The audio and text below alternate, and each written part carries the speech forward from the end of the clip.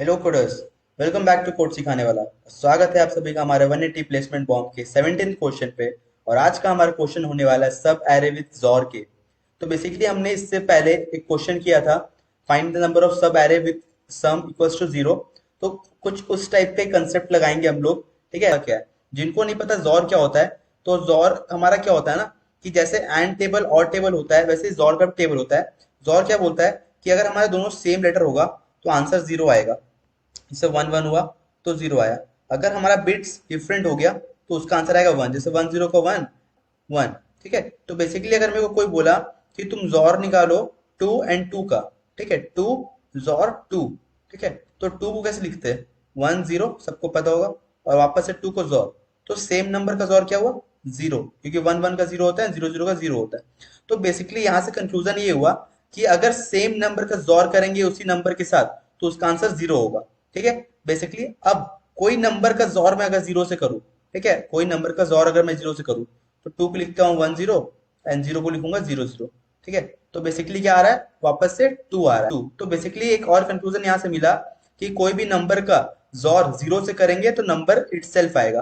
तो ये दो चीज याद रखना है, number jaw with zero will give the number itself. ठीक है, अब क्वेश्चन पे बढ़ते हैं। तो बेसिकली क्वेश्चन क्या, अमाउंट बताना है सब एरेज का कि जिनका जॉर जो होगा वो के बराबर होगा, बेसिकली बी के बराबर होगा, जो क्वेश्चन में दिया हुआ है। ठीक है, तो बेसिकली क्वेश्चन समझते क्या बोल रहा है। क्वेश्चन बोल रहा है कि हमारे पास एक array one two three two, तो बेसिकली हमें बताना है कि कितने सब एरे इसमें से बनेंगे जिनका जॉर हमारा बी के बराबर होगा, which is two, which is to.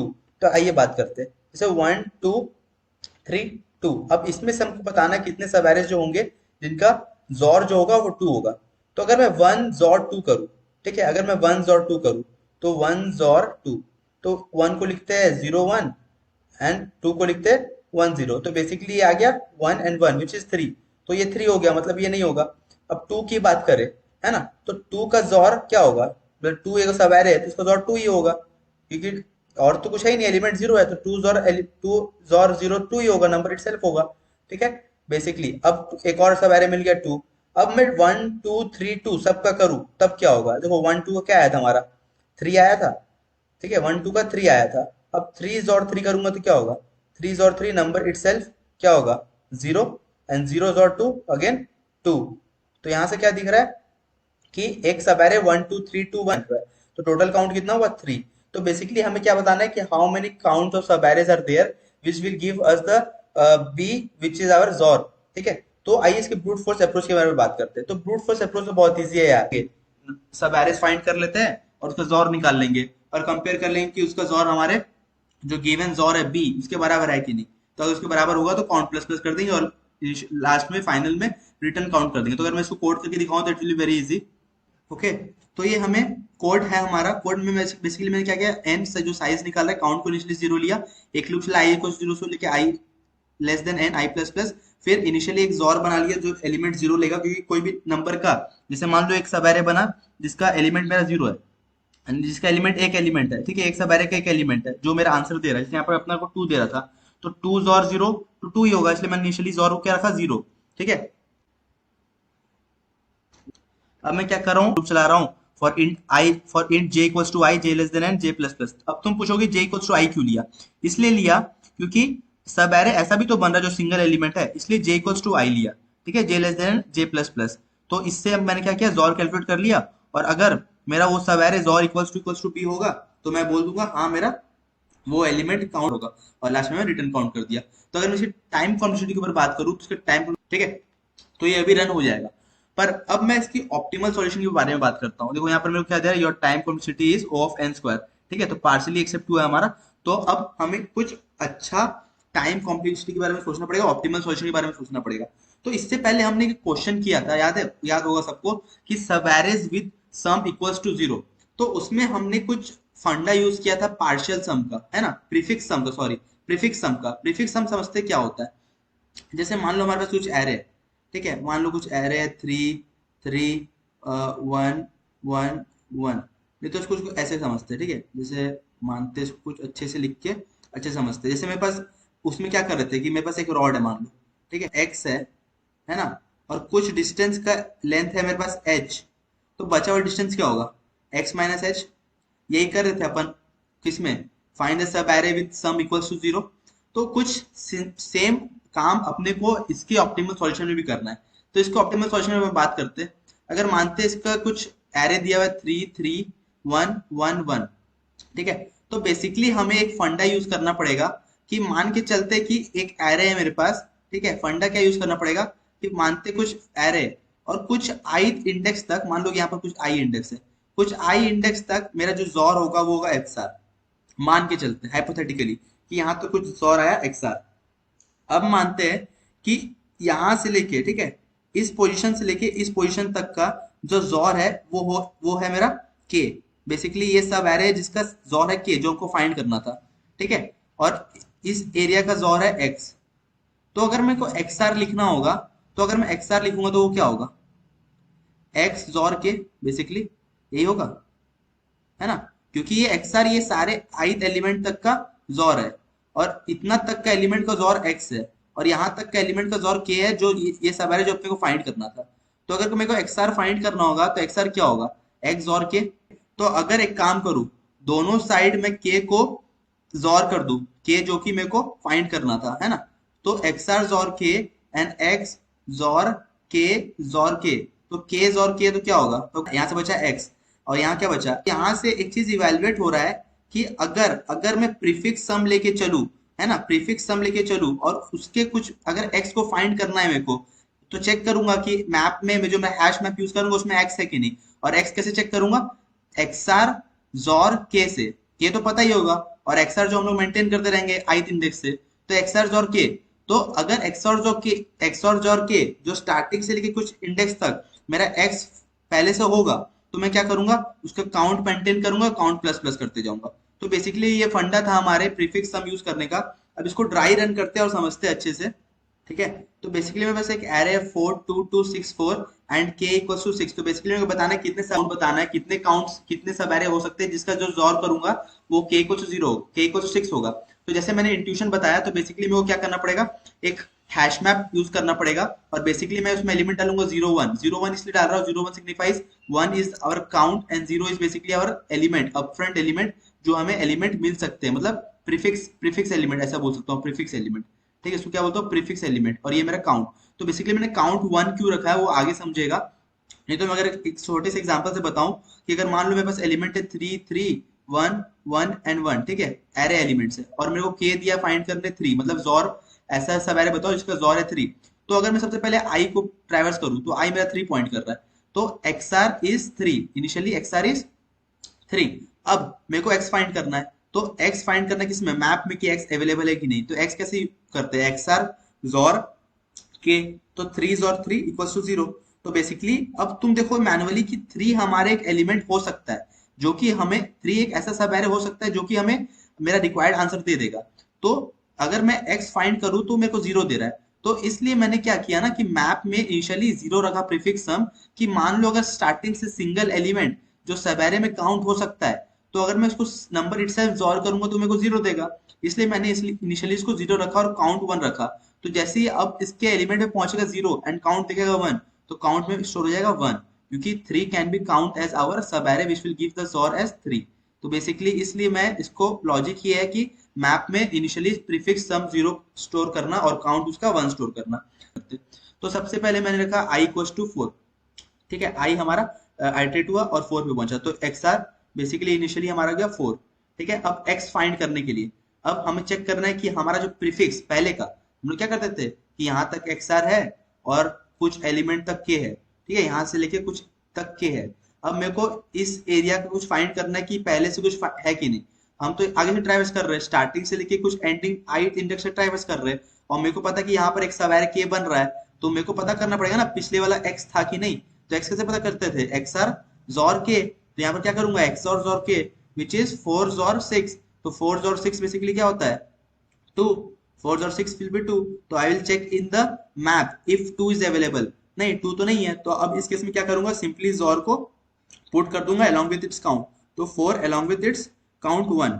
Next time हमारा क्या होगा, 4, अब आई हो गया यहाँ पर पहुंच गया सेकेंड फर्स्ट इंडेक्स पे, तो 4 और 2 विच विल गिव अस 6, ठीक है। अब x निकालने के लिए 6 और 6 विच इज 0, है ना। अब क्या करेंगे, I will look at the map if 0 is available या 0 is present in our hash map. ठीक है, तो अब क्या करूंगा, काउंट इक्वल्स टू मैं क्या कर दूंगा, काउंट को निश्चित कर दूंगा 1 से, क्योंकि 0 का काउंट क्या है 1 और has 6 which is the required answer we need. तो एक सब एरे हमें मिल गया 4 2। ठीक है, तो बेसिकली यहाँ पर हुआ क्या कि हमें 4 2 तक, मान लो ये फर्स्ट इंडेक्स है, ठीक है, ये मान लो फर्स्ट इंडेक्स है, तो 4 2 तक हमें जॉर मिला क्या, 4 and 2 gives us जॉर 6। ठीक है, और मेरे को पता है कि कुछ एलिमेंट तक मेरे को जॉर है 6। तो अगर मैं 6 जॉर 6 कर रहा हूँ, है ना, प्रीवियस एलिमेंट फाइंड करने के लिए, तो 6 जॉर 6 विच गिव अस 0। मतलब हमें कुछ स्टार्टिंग से कुछ एलिमेंट प्रेजेंट होना ही नहीं चाहिए, इसको इस सब एरे को हमें बताने के लिए कि ये हमारा रिक्वायर्ड जॉर दे रहा है। तो मैं अब सॉल्व करके भी हमें दिख रहा है कि 6 और 6 विल गिव अस 0। तो इसलिए हमारा 4 and 2 will be the count as 1 कि एक सब एरे मिल गया जिसका जॉर हम के बोल सकते हैं। ठीक है, नेक्स्ट टाइम अब एक चीज भूलना मत, इस एलिमेंट को पुट करना मैप में, तो 6, 1 बिकॉज जॉर इस टाइम 4 जॉर 2 6 आया था, है ना, 6, 1 अब एलिमेंट पुट कर दिए। नेक्स्ट टाइम आई यहाँ पर पॉइंट किया, तो 4 jaw 2 2 jaw 2 equals to 0 and 4 jaw 2 तो 4 आ गया, तो बेसिकली एक्सआर आ गया 4। एक्सआर आ गया 4, तो एक्स फाइंड करने के लिए क्या करते हैं, 4 जॉर 6, है ना, 4 जॉर 6, तो 4 जॉर 6 करूंगा तो बेसिकली हो जाएगा 2। तब मैं मैप में फाइंड करूंगा 2 है हमारा, नहीं है। ठीक है, तो बेसिकली डाल दो 4 को वापस से इस एलिमेंट, क्योंकि जॉर क्या आया था 4, तो बेसिकली 4 का काउंट हो जाएगा 2। ठीक है, अब तुम समझना कि हम लोग यहाँ पर काउंट को क्यों लेके चल रहे थे। ठीक है, अब नेक्स्ट टाइम मैं आया 6 पे। ठीक है, अब 4 2 और 2 का जॉर हो गया 0 एंड 0 4 एंड 4 एंड 6 का हो गया 2, तो वापस से एक्सआर हमको जो मिला आइटरेट करके हुआ 2। ठीक है, आइटरेट करके जो मिला वो हो गया 2 and 2 jaw 6, 2 jaw 6 because x find करने के लिए हमें क्या करना पड़ता है, जॉर एक्सआर जॉर, ये एक्स है बेसिकली, सॉरी एक्स फाइंड करने के लिए क्या करना पड़ता है, XR XOR 4. Now I will check if 4 is available in the map. Yes, it's available. And its count is 2. Why count is 2? Let's see. Let's see. ठीक है, अपना आया था 4 2 2 6। यहाँ ith इंडेक्स तक मेरे को जो था मेरा जॉर, वो मेरे को क्या मिल रहा था, वो मेरे को जॉर क्या मिल रहा था, मेरे को मिल रहा था 4, है ना, बेसिकली क्या मिल रहा था, जॉर जॉर मिल रहा था 2, सॉरी जॉर मिल रहा था 2, है ना, एक्सआर 2 मिल रहा था। और मेरे को पता है कि मेरे को निकालना है, मतलब के बेसिकली निकालना है, वो हो क्या 6। तो मेरे को ऐसा एक्स फाइंड वो हो जाए 4, है ना, एक्स ऐसा फाइंड करना है जो हो जाए 4।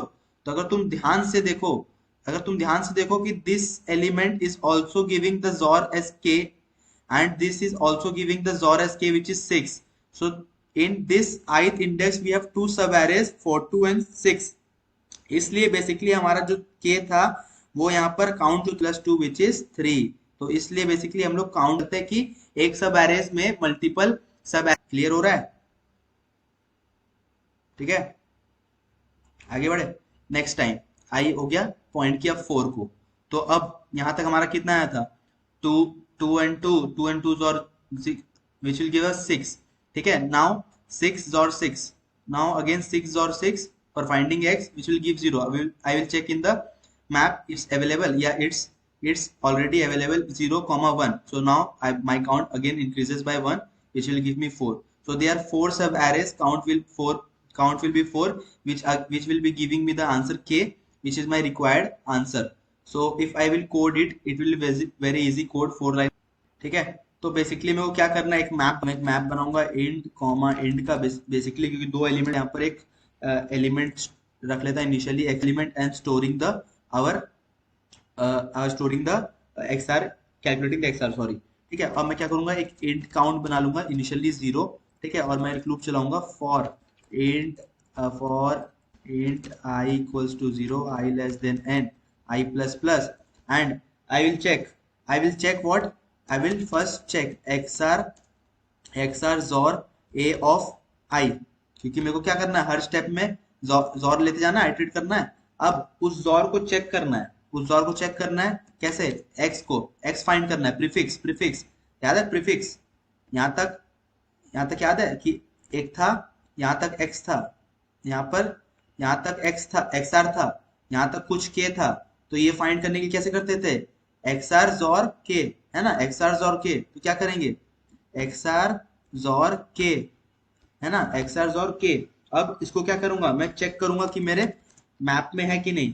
तो मैं क्या करूंगा, count plus equals to basically map of that x, ठीक है, मैप ऑफ दैट x। और वापस से अगर हुआ, अगर नहीं भी हुआ तो मेरे को उस एलिमेंट को अपने मैप में इंट्रोड्यूस कराना है, ठीक है। अब बेसिकली मैं क्या करूंगा, काउंट को, ठीक है।